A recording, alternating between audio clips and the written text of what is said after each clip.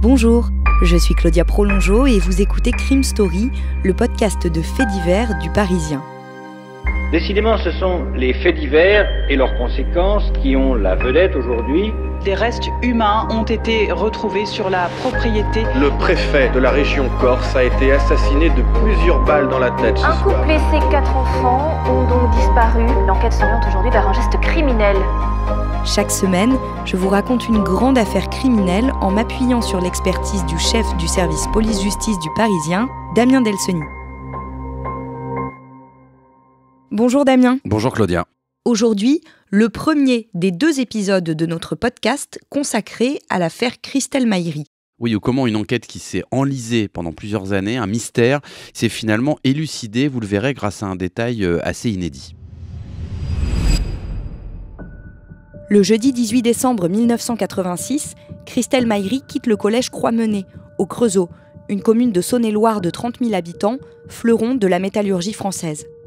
C'est une jeune fille de 16 ans, avec des cheveux roux bouclés, coupés courts et des taches de rousseur. Christelle mène une adolescence tranquille. Elle est entourée d'amis, s'entend bien avec sa mère et a un petit ami, Michel, depuis environ 1 an. Il est 11h. Elle quitte l'établissement parce qu'elle est dispensée du cours de sport que ses camarades de classe viennent de rejoindre. Elle a l'habitude de faire ce trajet à pied, entre le collège et chez elle. Un peu plus d'1 kilomètre en une quinzaine de minutes environ. Christelle ouvre son parapluie et se met en route. Chez elle, Marie Pichon, sa mère, l'attend pour lui annoncer une mauvaise nouvelle. Son grand-père a eu un accident de voiture. Il semble que ce soit grave et qu'il faille vite partir à l'hôpital. Dès que Christelle sera là, elle prendra la route. Sauf que sa fille n'arrive pas. À 12h15, Marie commence à s'inquiéter sérieusement. Elle appelle quelques amis de sa fille, mais aucun ne sait où est Christelle. Le collège ne répond pas et le secrétariat de l'hôpital n'a pas enregistré d'admission à son nom. Marie se rend au commissariat. Elle est reçue par des policiers qui lui posent plusieurs questions et supposent que Christelle a pu partir déjeuner avec des amis. Impossible selon Marie. Christelle devait rentrer et l'adolescente est du genre à toujours respecter ses engagements. Comme les policiers ne semblent pas s'inquiéter et que Marie est pressée, elle décide finalement de prendre la route pour se rendre au chevet de son père. Au même moment, la police judiciaire arrive rue de la Charmille et boucle le sous-sol de l'immeuble HLM situé au numéro 12, à 200 mètres de chez Christelle. Quelques instants plus tôt, une habitante a découvert dans le garage à vélo de l'immeuble un corps ensanglanté. Il était au fond du local, couché sur le dos. C'est celui de Christelle. Le quartier de la Charmille au Creusot, toujours sous le choc après la découverte hier du corps d'une jeune fille de 16 ans sauvagement poignardée dans une cave d'immeuble, et le meurtre a eu lieu en pleine journée. C'est dans la cave de cet immeuble de la rue des Capucines au Creusot que le corps de Christelle Maïri a été découvert à quelques centaines de mètres de son domicile où elle rentrait en fin de matinée hier. Christelle venait de traverser un petit square. Ses proches affirment qu'elle n'aurait jamais suivi un inconnu et qu'elle avait assez de caractère pour ne pas s'en laisser compter, même par quelqu'un qu'elle connaissait.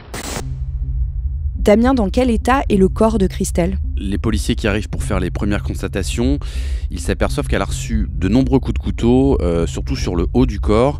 Elle a aussi une petite trace autour du cou qui peut faire penser à un étranglement. D'ailleurs, il y a un lacet qui est saisi juste à côté du corps. Après, ce qu'ils constatent, c'est qu'elle a ses vêtements toujours sur elle, donc ils ne sont pas certains que le motif du meurtre soit de caractère sexuel. Dans le garage, rien ne semble avoir bougé, les vélos sont tous en place. A priori, il n'y a pas eu de lutte. En tout cas, elle n'a pas été très intense parce que même le sac de Christelle qui se trouve dans le local à vélo, il n'a pas été fouillé par l'agresseur, donc on peut imaginer que ce n'est pas le vol qui est le mobile de ce meurtre. Son parapluie est aussi là, il est encore mouillé parce qu'il pleut, il a été replié. Donc voilà, on a tout de suite une indication sur le fait que ce n'est pas une agression crapuleuse, on n'a pas cherché à lui voler quelque chose. Ça indique plutôt que Christelle, elle a peut-être accepté de suivre son agresseur jusque dans ce sous-sol, ou qu'en tout cas, elle a été prise à partie devant l'immeuble et emmenée au sous-sol ensuite. Donc on peut imaginer qu'elle a peut-être croisé un meurtrier qu'elle connaissait au préalable.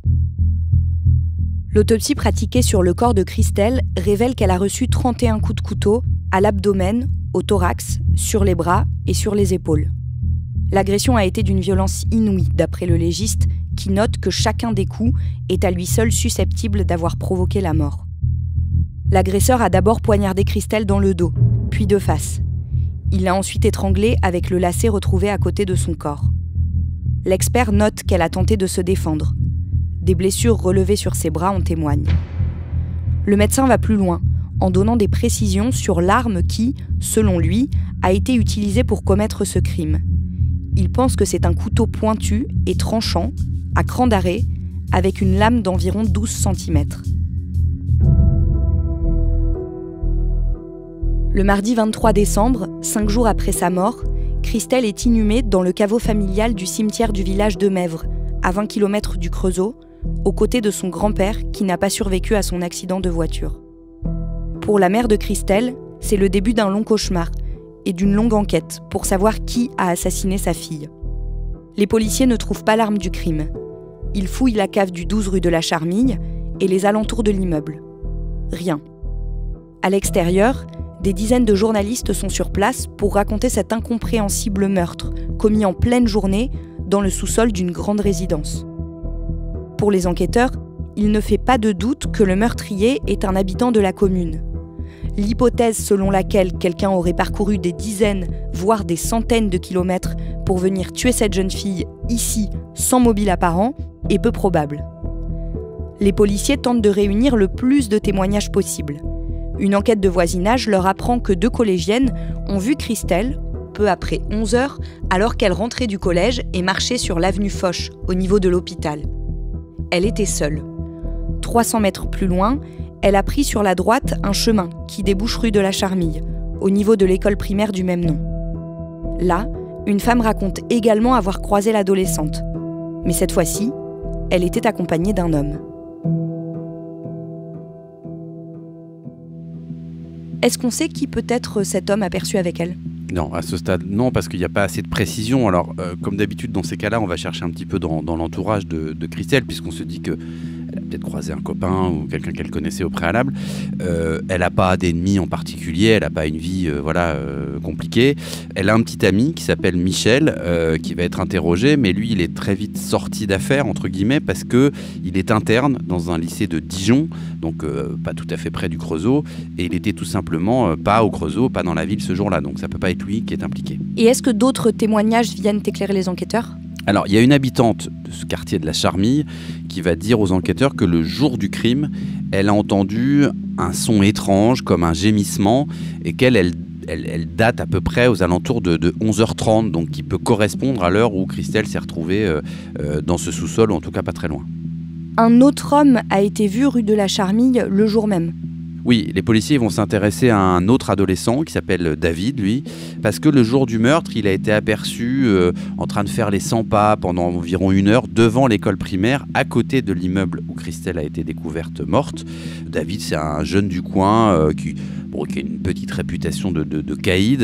Alors, il reconnaît devant les enquêteurs quand il a entendu qu'il s'intéresse à Christelle, qu'il a quelques vues sur elle, et en même temps, il a du mal à justifier pourquoi il était présent devant l'école ce jour-là, mais il se trouve que lui aussi va avoir un alibi, un peu comme le petit copain Michel. Il avait un cours de dessin à l'heure du crime et les policiers font la vérification. Effectivement, il est bien présent à son cours de dessin, donc ils le relâchent. Alors, ça ne veut pas dire qu'ils pensent qu'il est totalement innocent, mais en tout cas, à ce stade-là, ils n'ont pas assez d'éléments pour aller plus loin. 2 semaines après le meurtre, un facteur qui fait sa tournée dans le secteur de la rue de la Charmille revient de vacances et demande à voir les policiers. Il a des éléments à leur fournir. Interrogé au commissariat, le postier assure avoir croisé le jeudi 18 décembre, jour du meurtre de Christelle, peu après 11h30, quelqu'un au comportement suspect. À l'angle de la rue Maréchal Foch, alors qu'il était dans le petit chemin, il a été bousculé par un jeune homme qui venait en courant de la rue de la Charmille et qui a vite disparu. C'était selon lui un garçon d'une vingtaine d'années, habillé d'un jean et d'un blouson Levi's doublé en mouton. Il avait les cheveux clairs et longs sur la nuque. Un look de rocker à la Renault, dit-il. Les semaines passent et le meurtrier reste introuvable.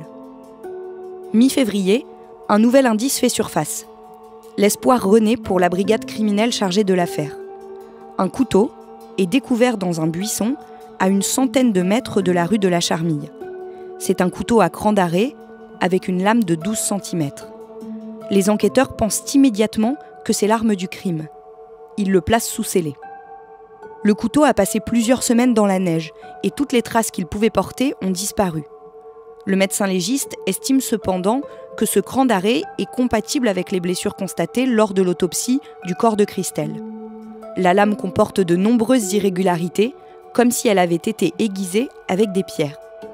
Les policiers contactent alors un journaliste de Creusot Info, un journal local, et lui demandent de lancer un appel à témoins en publiant la photo du couteau. Personne ne se manifeste. Quelques semaines après, 2 cartes postales arrivent à l'hôtel de police du Creusot. Elles sont adressées au commissaire Daniel Guichot, qui dirige les investigations. Elles commencent par « Bien le bonjour, monsieur Guichot ». L'auteur y écrit qu'il habite dans la Nièvre, à Nevers, à 120 km du Creusot. Il signe « L'assassin de Christelle ». Les enquêteurs partent à la recherche de ce corbeau. Ils sillonnent les routes entre le Creusot et Nevers, espérant obtenir un indice. Ils font écrire à tous les suspects la phrase « Je suis l'assassin de Christelle » pour comparer leurs écritures et celles des cartes postales. Ils n'obtiennent rien. En juin 1987, les policiers doivent se rendre à l'évidence. L'enquête n'avance pas. Ils reviennent alors à leur idée de départ et entendent une nouvelle fois David, le jeune homme qui, le jour du meurtre, avait fait les 100 pas devant l'école primaire de la rue de la Charmille. Damien Delceni, ce jeune homme, il le place en garde à vue. Oui, il le place en garde à vue parce qu'effectivement, ils l'ont déjà entendu une première fois quelques mois auparavant. Il n'a pas une très bonne réputation. En plus, il a reconnu qu'effectivement, il avait des vues sur Christelle. Et les policiers, depuis le départ, ils pensent que c'est quelqu'un qu'elle connaît, un proche, quelqu'un avec un mobile qui a pu la tuer. Alors, la garde à vue, elle va être assez musclée. À l'époque, il y a des gardes à vue assez musclés. Ils vont pousser ce jeune David vraiment dans ses retranchements.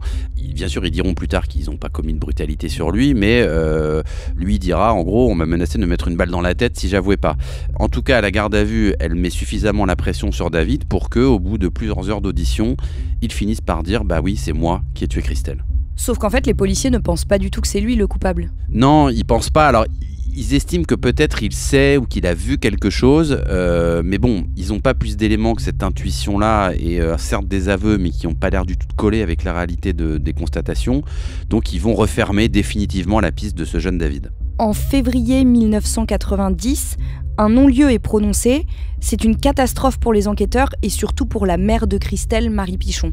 Oui, parce qu'un non-lieu, qu'est-ce que ça veut dire ? Un non-lieu, ça veut dire que la justice, elle referme le dossier, elle estime qu'elle a mené des investigations, ça ne lui permet pas de résoudre cette affaire, donc elle clôture le dossier. Le dossier, il est fermé sans qu'on puisse mettre un nom sur le coupable. Alors ça ne veut pas dire qu'on arrête définitivement, mais ça veut dire qu'après, il va falloir que, pour que ce dossier soit de nouveau ouvert et qu'on puisse de nouveau essayer de trouver, il va falloir faire des actes, comme on dit, et éviter la prescription, parce que tout ça, évidemment, peut être visé par la prescription. À l'époque, c'est 10 ans, c'est-à-dire s'il ne se passe rien du tout pendant 10 ans, là, après, c'est terminé. Donc, ce que font souvent les enquêteurs dans ces cas-là, c'est que pour éviter cette prescription de 10 ans, ils font un certain nombre d'actes. Alors, un acte, ça peut être une simple audition, ça peut être une simple vérification, et ça permet à chaque fois de relancer le délai de 10 ans, de repartir à zéro. Donc, c'est ce qu'ils vont faire, même si le dossier, clairement, il est totalement en jachère, totalement figé à ce moment-là. 3 années supplémentaires passent. Le meurtrier de Christelle court toujours. Marie Pichon se sent délaissée. Elle n'a plus aucune nouvelle des enquêteurs. Elle se dit prête à faire n'importe quoi pour trouver l'assassin de sa fille. Au début des années 90, elle participe à l'émission de télé Témoin numéro 1. 8 millions de téléspectateurs sont devant le petit écran quand l'animateur Jacques Pradel raconte son histoire. Pas un ne fournit un renseignement intéressant. Pour Marie Pichon, c'était la dernière chance. La mère de famille se met à sombrer peu à peu. 10 ans après la mort de Christelle, en décembre 1996, elle est complètement désespérée. Quelques semaines plus tard, en janvier 1997, Marie Pichon apprend dans le journal la création d'une association de soutien aux familles de victimes. L'association Christelle, lancée par la mère d'une autre victime de meurtre qui portait le même prénom que sa fille. Christelle Blétry avait 20 ans. Elle a été tuée de 123 coups de couteau le samedi 28 décembre 1996 à quelques kilomètres du Creusot, dans la commune de Blanzy.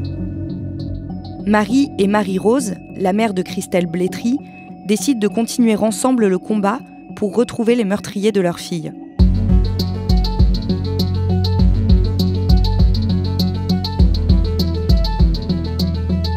Vous venez d'écouter le premier épisode de Crime Story consacré à l'affaire Jean-Pierre Murat. Suite et fin de ce podcast dans le deuxième épisode, déjà disponible sur le site leparisien.fr et sur toutes les plateformes d'écoute. Crime Story est le podcast fait divers du Parisien.